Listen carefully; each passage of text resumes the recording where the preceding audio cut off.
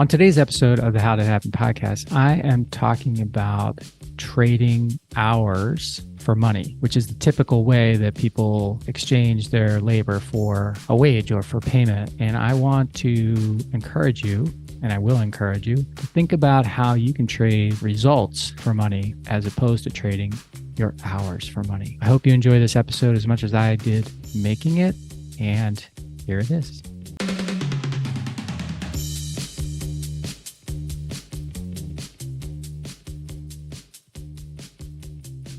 Hey, everybody. Welcome back to the How Did It Happen podcast. This is Mike, and I'm so glad that you're joining me today for this solo episode.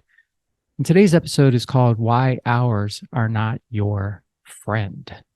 Why hours are not your friend. Well, in life, they're your friend because the more hours you have, the longer you live. But in a productivity and efficiency and a business standpoint, hours are not your friend. So maybe you've heard this story. It's about the painter Picasso. At least that's how I've heard the story attributed to Picasso. And it goes like this. A woman approaches him at a market, and she tells Picasso that she's a big fan and asks if he could draw something for her. And he obliges, and he draws her a beautiful picture on a piece of paper that he had or on a napkin, something. And he hands her the drawing, and he says, "That'll be $1 million. And the woman's like, what? She doesn't understand. But it only took you 30 seconds to draw it, she says.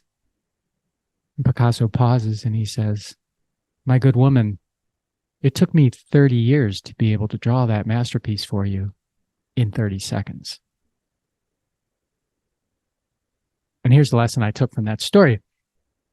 It's hard to make a fortune trading hours for money, especially as you become an expert at something. You know, when you think about it, the more expert you become, the less time it takes you to do things that may take other people more time.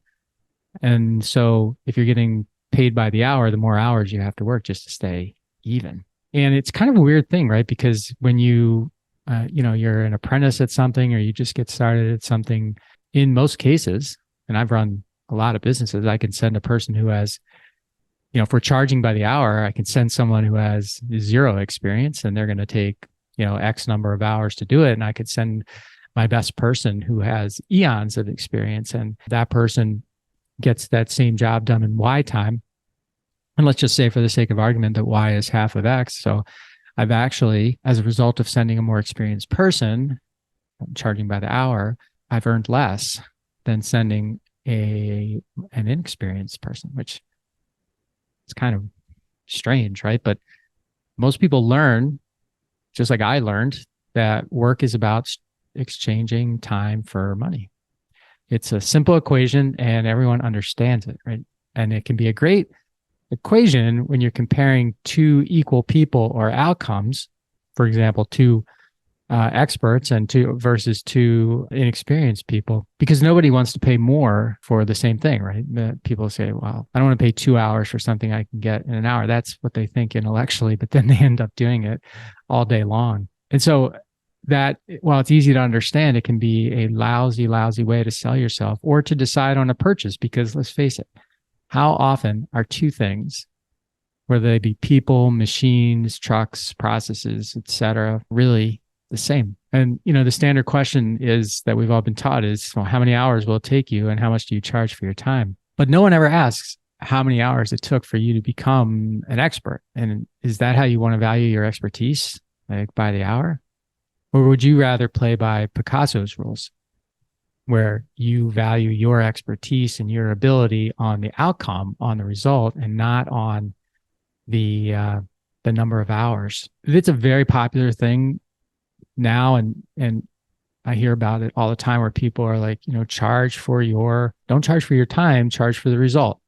And I believe in that. I think that is the right thing to do. But I will also say that it's not an easy thing to do for a couple of reasons. One, your results have to be really good in order for you to be able to charge for them and to be able to charge a premium versus what someone would charge by the hour to do it. So it's got to be something that's not a commodity. It's got to be something that people value and that you are actually a true expert in. Like your results are better and faster than anyone else's, any other comparable person's or company's results. If you like what I'm doing with this podcast and want to participate in more of the things I'm thinking about and exploring, subscribe to my newsletter today. It's super simple. Just go to mikemalatesta.com right now, put in your email, and you will get the very next issue. It's short, thoughtful, and designed to inspire, activate, and maximize the greatness in you.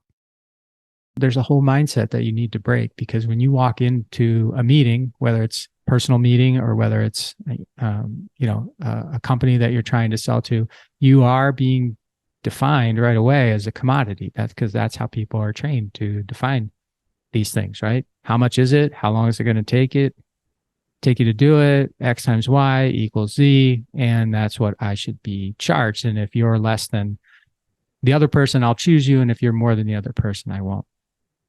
It's hard to break through that mindset, but it is possible, because people need to understand that they're not buying an hour, they're buying a result. So one of the ways I found, especially in a business situation, that can help you get past that is you don't play the game. So even though people are trying to define you by your hourly rate, I find that if you take the time to really understand what they want and take them into the future, like let's get out of the present, let's get out of this room, let's get to the future when the project is finished, and get them to describe what they want it to look like and what they want the result to be. And then if you can deliver that, then you can get out of the how many hours is it going to take, and you can get into a discussion about how my expertise is going to give you the best result, the one you just described to me you wanted in the future, at a price that is better value than anyone else's. So the point of this short one is just listen, charging your time for hours,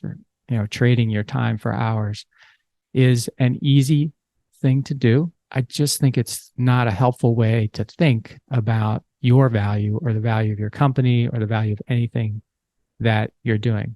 But be sure that if you're going to depart from that, you actually have the goods. You actually have the goods that you can deliver that would allow you to be the Picasso in your life, to take your 30 years of experience, or your 10 or your 12 or your 15 or whatever it is, and create something that no one else can create, regardless of the number of hours that they put into it. Not easy, but definitely something that is possible. I know it's possible because I've done it. And I also know that it will never happen unless you take the first step toward making it happen. So thank you for joining me for this episode and investing your time and energy in my podcast. I hope that you got some positive return on that investment today. And if you did, please consider subscribing or following my podcast so that every episode will come to you automatically. And until next time, please maximize your greatness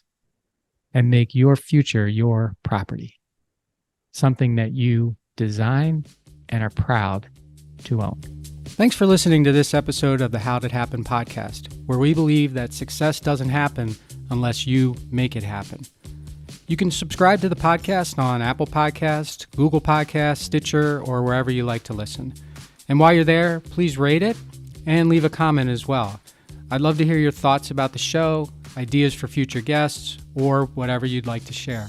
And of course, you can always find me at mikemalatesta.com. See you next time. Thanks again for listening to the How Did Happen podcast.